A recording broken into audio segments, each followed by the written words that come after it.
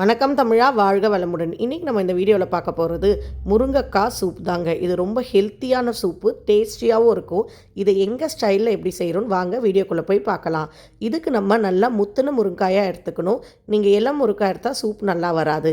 எடுத்து இந்த மாதிரி 4லேருந்து 5 இன்ச்சாக கட் பண்ணி வச்சுக்கோங்க. கட் பண்ணிவிட்டு இட்லி பாத்திரத்தில் இட்லியை ஸ்டீம் பண்ணுற மாதிரி இதை ஸ்டீம் பண்ணிக்கணுங்க. பாயில் பண்ணாதீங்க.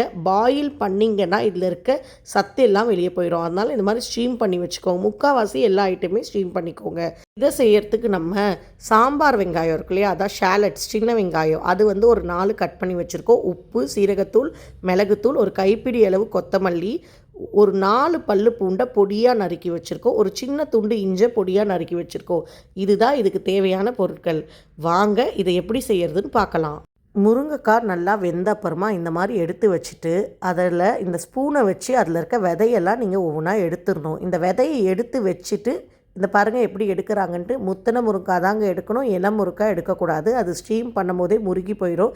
உள்ளார இருக்க விதையை இந்த மாதிரி எடுக்க முடியாது. இந்த விதையெல்லாம் அரைச்சி வச்சுக்கோங்க. இப்போ ஒரு கருப்பு சட்டி எடுத்து அடுப்பு மேலே வச்சுட்டு அடுப்பை ஆன் பண்ணிக்கோங்க. தேவையான அளவுக்கு எண்ணெய் ஊற்றிட்டு கொஞ்சமாக பூண்டு, இஞ்சி எல்லாம் போட்டு நல்லா வதக்கிக்கோங்க. அதுக்கப்புறமா நம்ம எடுத்து வச்சுருக்க வெங்காயமும் ஆட் பண்ணி நல்லா வதக்கிக்கோங்க.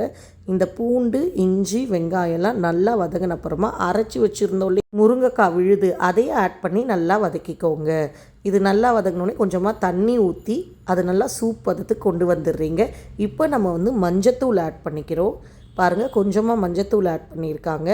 உப்பு, தேவையான அளவு உப்பு போட்டுக்கோங்க. உப்பு எப்பயுமே இந்த மாதிரி சூப்புக்கெல்லாம் கொஞ்சம் கம்மியாகவே போட்டுக்கோங்க. ஏன்னா அட்ஜஸ்ட் பண்ண நம்மளால் முடியாது இல்லைங்களா இந்த மாதிரி. அதனால் திட்டமாக எப்பயுமே கம்மியாக போட்டுக்கோங்க உப்பு. இந்த மாதிரி இடத்துல பாருங்கள் எப்படி இருக்கு இல்லையா சூப் பார்க்குறதுக்கு. இந்த ஸ்டேஜில் நம்ம மிளகுத்தூள் ஆட் பண்ண போகிறோம். மிளகுத்தூள் ஒரு டீஸ்பூன், நல்ல கோபுரமாக ஒரு டீஸ்பூன் ஆட் பண்ணிக்கோங்க. சீரகத்தூள் ஒரு 1/4 டீஸ்பூன் ஆட் பண்ணிக்கோங்க. இது தாங்க இதுக்கு தேவைப்படுற ஸ்பைசஸ். இதுக்கு மேலே இதுக்கு ஸ்பைசஸே தேவையில்லை. கொத்தமல்லி இலை தூவி இறக்கிடுங்க.